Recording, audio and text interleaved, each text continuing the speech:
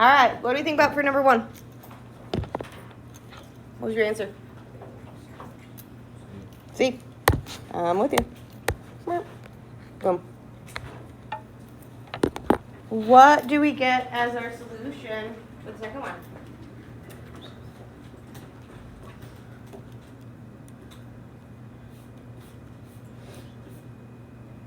Yep, I'm with you. -7. Sorry, I had to double check real quick. We should get all the way down to x equals -7. We have enough time, we should be able to do that. There's lots of ways through it. You could distribute first and then get your x equals, or you could divide both sides by 5 and then get your x by itself. Several pathways through, but it is important that we can get there through that. And also, when we sit here and stare at the screen, sometimes I don't go through everything. If you're not writing, why would I? Go in. I'm arguing with my computer for almost 5 minutes, and there's still blank blank pages. I'm not putting more effort into your work than you are. Why would I do that? I know how to do them. Y'all got to practice. Okay. Any questions on how we got either of these answers? Then we go move on. We're going to look in your notes packet. We're going to look at page 3. These shouldn't take us super duper long, but I just want us to kind of practice these story problems, looking at these equations, because I know sometimes we look at a story problem and we get kind of overwhelmed by them. Because we go, ew, story problems, gross. This is a real thing. This is a real guy who set a real record in the for real life NBA. It actually still holds, because I Googled it. Yes, dear. Yeah, okay.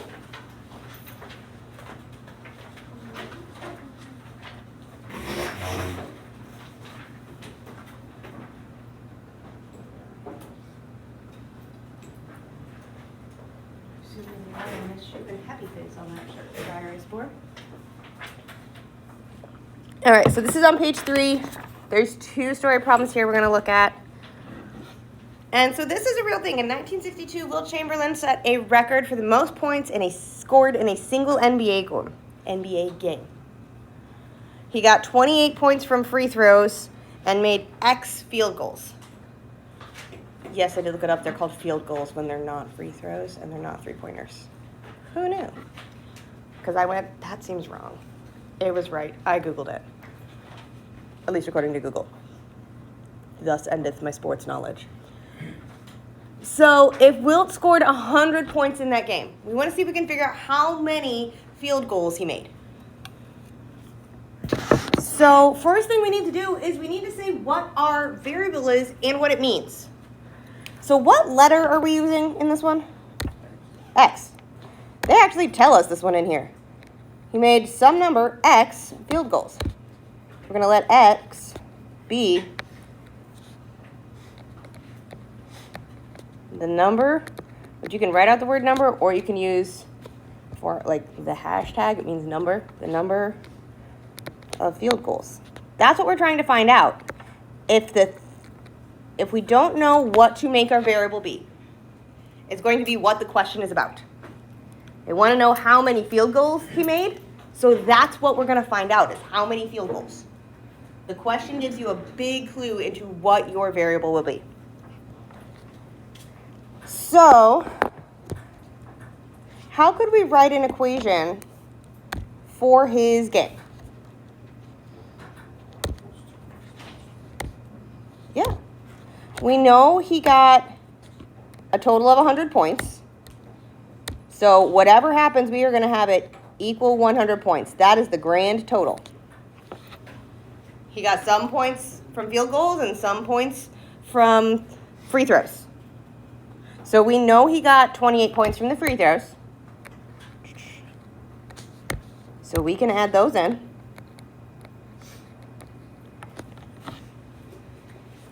And the problem is we don't know how many of these field goals he made. We know he made some number of them, so we're going to say that in there.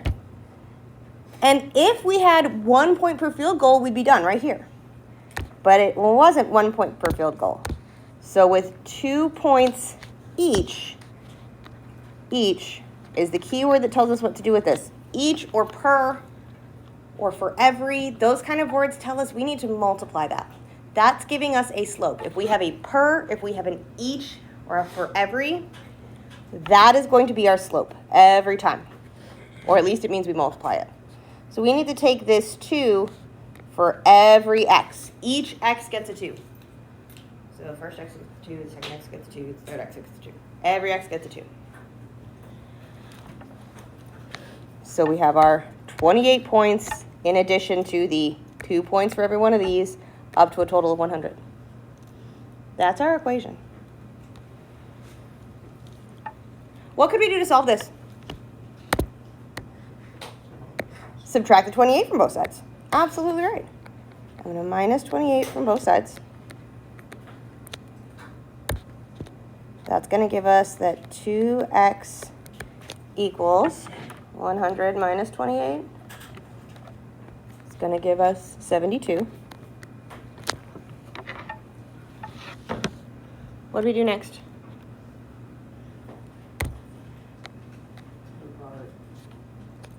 By what? Divide by 2. We need to divide both sides by 2. The way we undo multiplication is by dividing.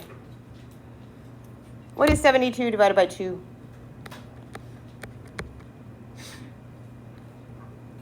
36. We love these. Use them. So, what does that mean? X equals 36 means what? He made 36 field goals. He made 36 shots from not the free throw line.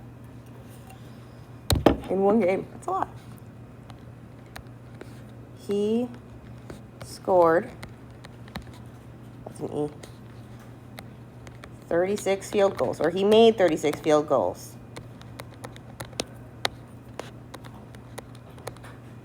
There's an O in the word goal. So he made 36 field goals, or 36 is the number of field goals he made. You can say that. You can say 36 is the number of field goals. I just realized that says the number of field goals. I'm good at sentences. Okay? So when we're in these kinds of stories, we just gotta try and find all the pieces we need. See if we can figure out what our total's gonna be, see if we can figure out how it's changing, and if we have any extra bits. We're gonna look at the next one. It's very similar. It's just space instead of sports. So let's look at space. We've got that the diameter of Earth is 828 kilometers less than twice the diameter of Mars. Ugh, that is a weird sentence.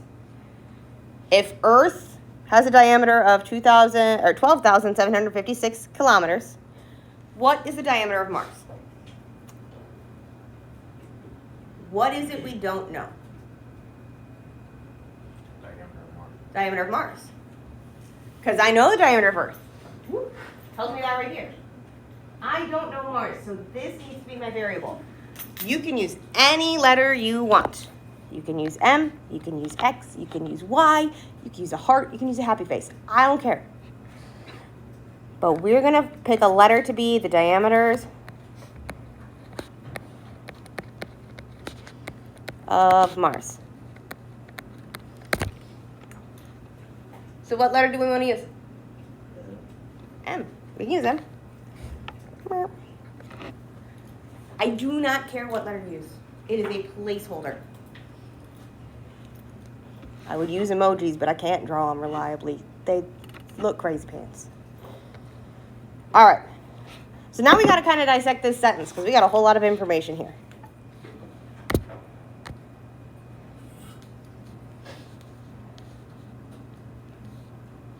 What is the first thing we kind of notice in our sentence that has all the weird relationships? We got 828 kilometers less than twice the diameter of Mars. How can I write twice the diameter of Mars? Yeah, 2x or 2m, whatever we let your variable be. Twice the diameter of Mars, that's going to be 2m. I picked m. If you used x, use x. But how can I say that I need this to be 828 kilometers less? Minus. I need to remove. Less means I'm going to remove, so I'm going to subtract the 828 kilometers.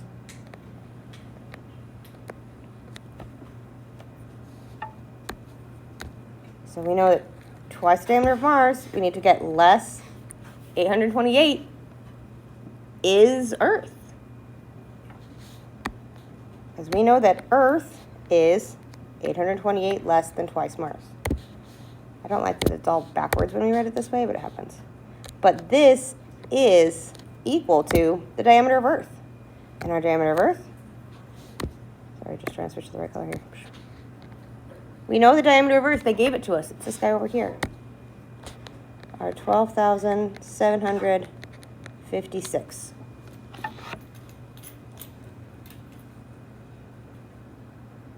So we have to try and find the pieces in there. We have to try and find the relationships between them and kind of get things kind of pieced out. Questions on the building of the equation part on this one? It's unpleasant and they're kind of icky, but you know, it's a thing. What do we do first when we're trying to solve this?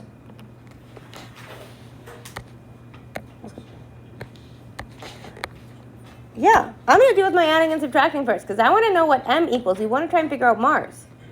So in order to do that, I want to get rid of this 828. Since it's being subtracted, we need to add 828 to both sides. That's going to give us that 2m equals 12,756 plus 828 is 13,584. And whether or not you put the comma in there is entirely up to you and your brain. If it helps you read it, read it.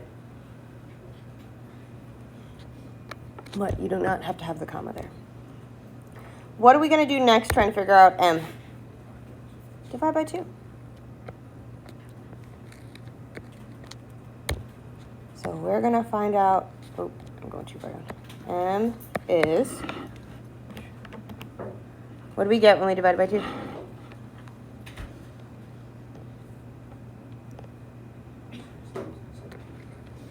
6,792.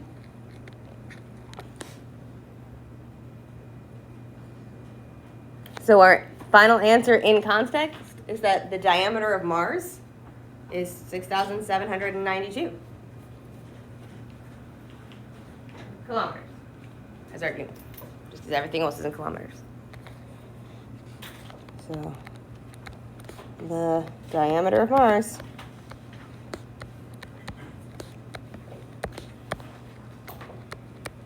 because that's what m is telling us. The diameter of Mars is 6,792. So you can also think of this kind of as a substitution because we know m stands for the diameter of Mars means that's where our equal sign is 6,792. So we have to translate the words into math, and then when we get to the end, we're going to translate the math back into words. Okay? I know it's been a minute since we've done story problems like this, but questions on these two? I just wanted to kind of talk through those. Okay. So then we're going to look at the next page, and it's going to feel like we're doing a big shift. Because we're going to remember more about absolute values. I know we work with absolute values a little bit, but we're going to start working with them as equations, so we need to really, really, really remember the details, not, I think I remember, that kind of stuff. So at the top of page 4, we're going to have this snip from our textbook. Again, this is straight out of the textbook, but they word things a little weird sometimes, so a lot of times I translate those. We have our absolute value, and what absolute value tells us is how far from 0. Remember, absolute value is my watch. Doesn't matter if I take steps this way or if I take steps this way. It still counts them as steps. Doesn't matter if it's positive or negative. It's how many steps. I cannot take negative steps and make it count backwards. I can't unstep a step. So absolute values themselves are always going to be positive. I can't take negative steps. So if we think about these little ones underneath it, and we want to know about how many steps away 6 is from 0, how many steps is 6 from 0? 6.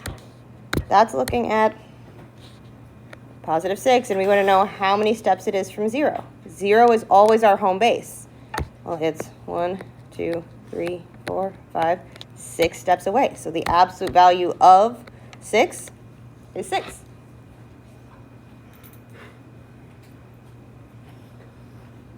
So how many steps away from 0 is negative 7? 7. It has 1, 2, 3, 4, 5, 6, 7 steps to get back to 0. It doesn't matter that they're on opposite sides of the 0. It's how many steps away. It's all about the distance from 0. So negative 7 is 7 steps away from 0. How about 0? How many steps away from 0 is 0? 0. How about absolute value of negative 4? Positive 4. How about our absolute value of positive 4? Also positive 4. Most common mistake I get is that, especially when they're right next to each other like that, we'll get positive 4 and then negative 4. Absolute values are always going to give us a positive answer when they're in isolation. So then what we're going to do is we're going to think about when we start to solve these. They're not just going to have one answer. Because when we have a letter inside these absolute values, what this is saying is what values can go here that are 5 steps away. So what number is 5 steps away from 0? 5. It is 5 steps from 0. So x could be 5. What other number is 5 steps from 0? Negative 5. This guy is also a distance of 5. So x could be negative 5. And both of them are correct. We're going to wind up with 2 answers a lot of times in these. Not every time, but a lot of times. So for the next one we're looking at with our absolute value of c equals 8, what numbers are 8 steps away from 0? C could be negative 8, or C could be positive 8. I have 2 options. It could go to the right or it could go to the left. When it's inside an absolute value, I don't know enough to be able to say which one for sure, but it could go either direction. So we list them both, because it could be either one. What about for this R? What options do we have for R here?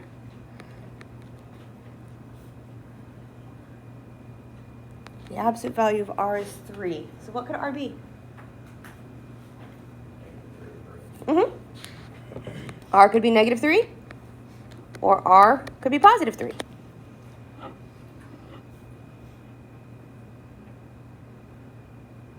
What about this last one? We've got the absolute value of m equals negative 3.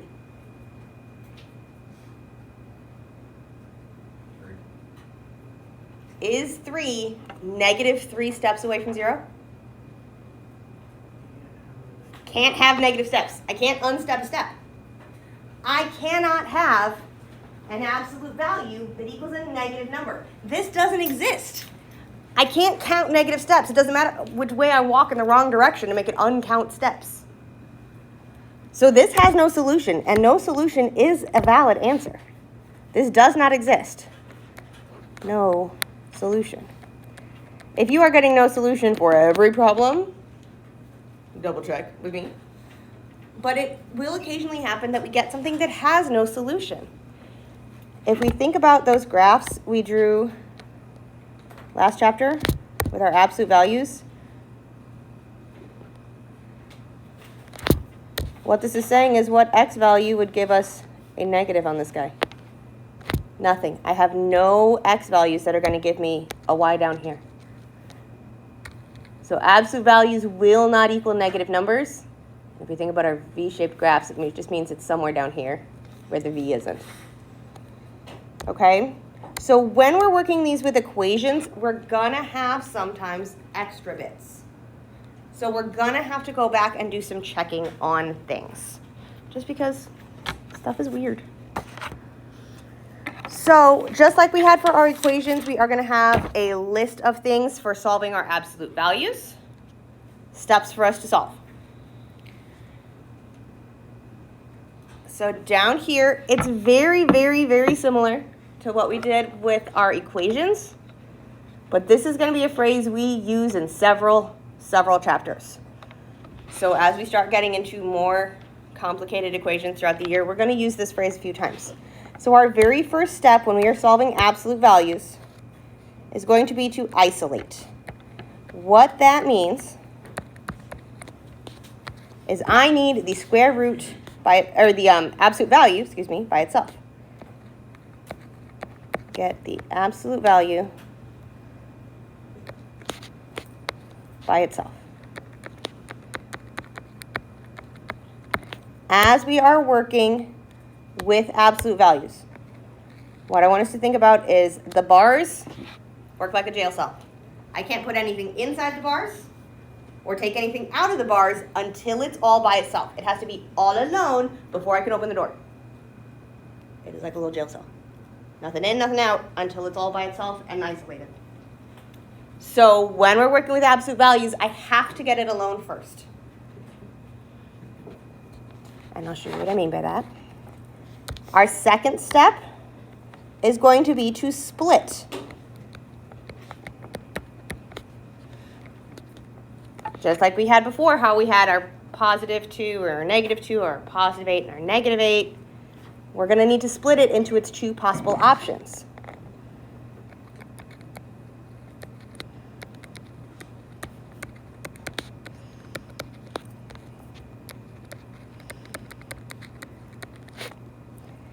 Then we're going to solve it using our linear equation solving stuff.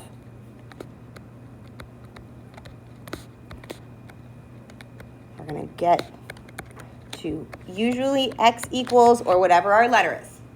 We're going to get to an x equals, or y equals, or a equals, or r equals, or whatever. And then our very last step, we've got a lot of stuff going on here, so we need to check.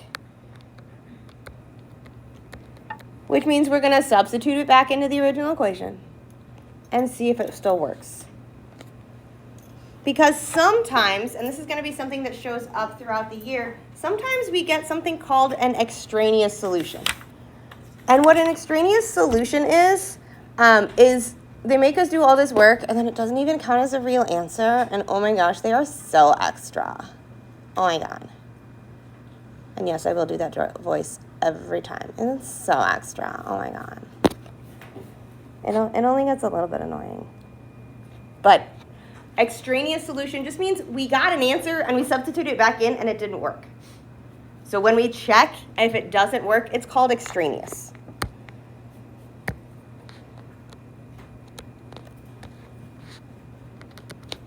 Answer.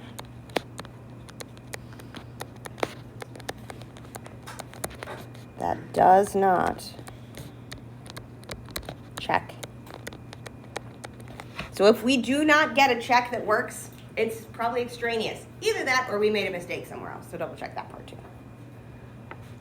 So extraneous solutions are something that are going to pop up. They happen more and more and more as we get into more complicated equations. But this is going to be kind of our process for working with absolute values. And we're going to try a couple of these. They're on the next page. I know we've been through 3 pages today. Oh my gosh, look at that. Flying. But I know I still got. There we go. So, at the very, very top of the next page, page 5, we've got 2 of them. Our very first step when we're working with absolute values is we need to isolate. I'm going to put in here. Isolate, split, solve, check. And you can use this as kind of like a checklist. So my first job is to isolate. I need to get the absolute value by itself. We treat the little bars as little jail cells. Nothing in, nothing out. So I have 2 times the absolute value of x. I cannot bring the 2 inside the absolute value. This is like a little baby jail cell. Nothing in, nothing out until it's by itself. So instead of multiplying the 2 in, what can I do to get rid of that 2? Divide. I can't distribute it in, but I can divide both sides by 2. That's totally fine. Excuse me. So I'm going to divide this side by 2, and I'm going to divide this side by 2. That makes this piece and this piece cancel out. So I'm left with the absolute value of x equals 6 divided by 2 gives me 3. I've got my absolute value isolated. Once I have the bars all by themselves on one side, we've done it. We've isolated it. Check. We did this. Boom. Then we need to split it into its 2 possible options, just like we had on the last one, like where we had that big line of them. Because x could be positive 3, because 3 is 3 steps away from 0. Or x could be, what's the other option for x? Negative 3. Because the absolute value of negative 3 is also 3. So we get 2 possible options, and yes, we have to put both. That's the step that means we've split it. Do I need to do anything else to solve these? Is there anything else we need to do here? We've already got down to an answer. I've got x equals. I don't need to do anything else. And for our check, we can use our calculators in here. We just need to be really careful because there's not an absolute value on here. So when we are checking, we just kind of have to do it ourselves.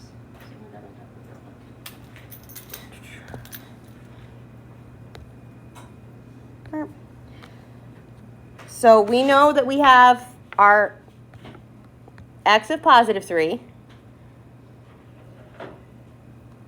And so I always look at the absolute value by itself. So positive 3, that's already taken its absolute value. And then we had 2 times our absolute value of 3. That gives me 6. Beautiful. If I look at my negative 3 to try and check that one, the absolute value of negative 3 is going to be what? What is the absolute value of negative 3? If I had an absolute value equal to a negative, that's when I would have a no solution. But how many steps from 0 is negative 3? 3. So this is just going to be 3. Absolute value of positive 3, or of negative 3 is positive 3. We have to do this part. The absolute value of negative 3 gives us positive 3. You don't have to type it in the calculator like this. I'm just trying to get us to see. The calculator won't do it. I don't have a way to do absolute value in here. So we have to know that the absolute value of negative 3 is positive 3. It is 3 steps from 0. And then again, I can check my 2 times 3 is still 6. Both of these check. These are both valid answers. Yes, you have to have both. They both check. Because negative 3 in here absolutely works. 2 times 3 is 6. And 2 times 3 is 6. So this one also checks. You don't have to necessarily write anything down on the paper for the check, except just like checking that we did check. Then let's look at B on this one.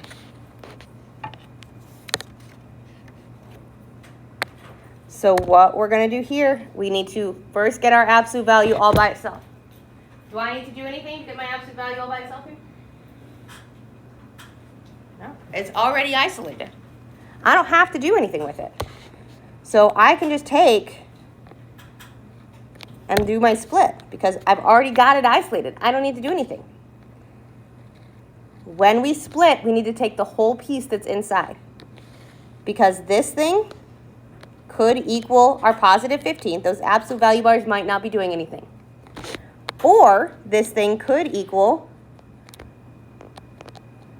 negative 15. My absolute value could be positive 15, or if that inside totals up to negative 15, that would also work. So we take the whole chunk that's inside here, our 2x plus 5. That is what we're looking at, 2x plus 5. And that's going to be on both of them. So we've let it up as our 2x plus 5 equals 15, and our 2x plus 5 equals negative 15. Those are our two options. It doesn't change things in here. That's the most common mistake I see. People will magically change this one. It's this guy that could be positive, or this guy that could be negative. And then I have two equations to solve, and that'll be where we stop for today. Looking at this guy over here. What do I need to do to try and get my x by itself? Subtract 5. Absolutely right. That's going to give me that 2x equals 15 minus 5 gives me 10. Then what can I do? Divide by 2. I do the same thing to both sides, just like we did before. All of our letters on one side, all of our numbers on the other. Dividing by 2, I get down to x equals, say it again. 5. Yep, absolutely right. I just genuinely couldn't hear, and I wanted to double check. We can solve this, and we could even go back and do our check for this one right now. I could go see if 5 works. I'm going to go on my calculator to do that. So inside my absolute value, I'm going to do it as one thing. We had our 2 times the answer we just got, which was 5, and then plus 5. Those are all the pieces that are inside my absolute value, so I'm going to do those as one chunk. We get 15. So if I substitute into this piece, I get 15. The absolute value of 15 is indeed 15, so this guy checks. You can do this in one go and just like take each equation and solve a check, and then do the other one, solve a check. Or you can solve both, check both. Doesn't really matter. But we get to do the same kind of thing on the right-hand one. So what am I going to do over here? That is really smushed in.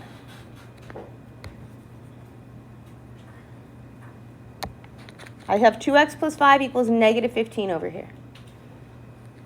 What do I do to get my x by itself?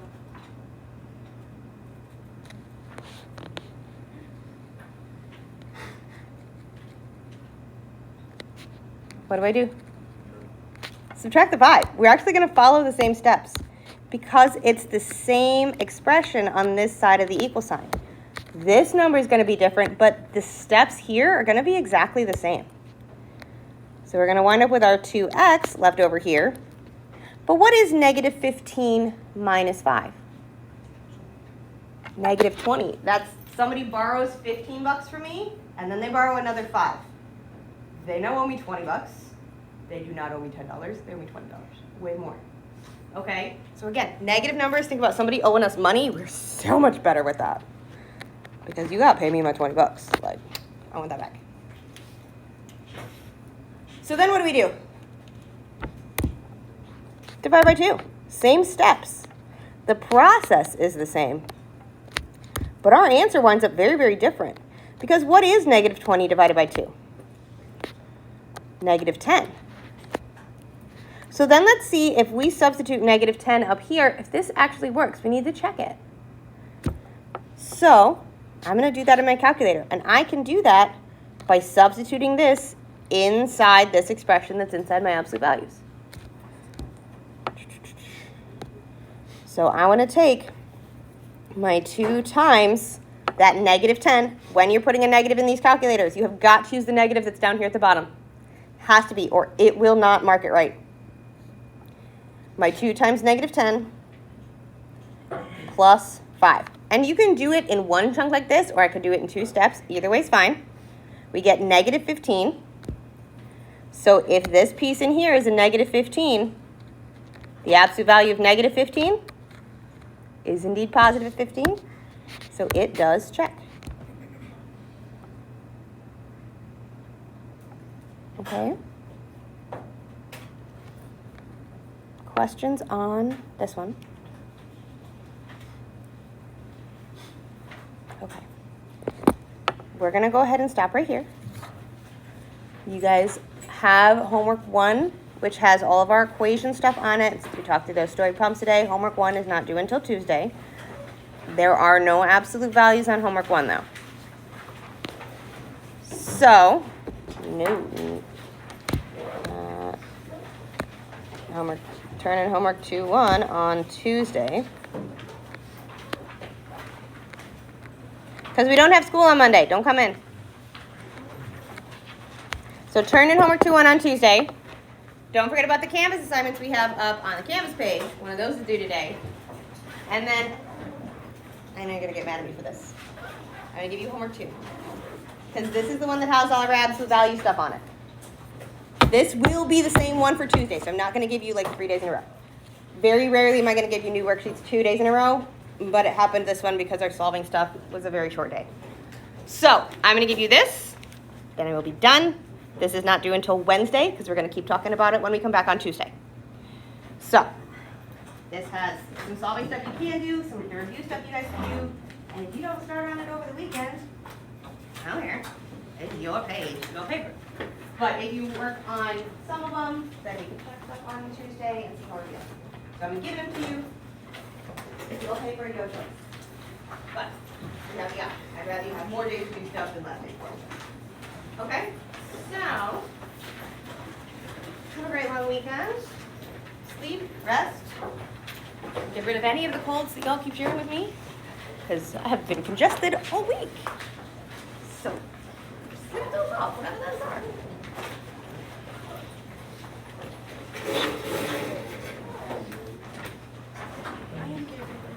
I am so good at counting. Oh my gosh. It's almost like I'm a math teacher. Oh my god.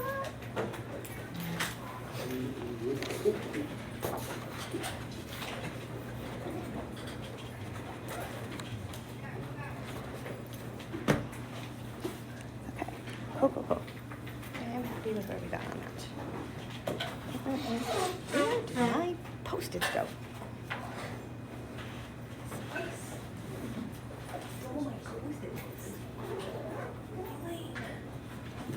Grab a different one. You got to. There. That's where I want to get.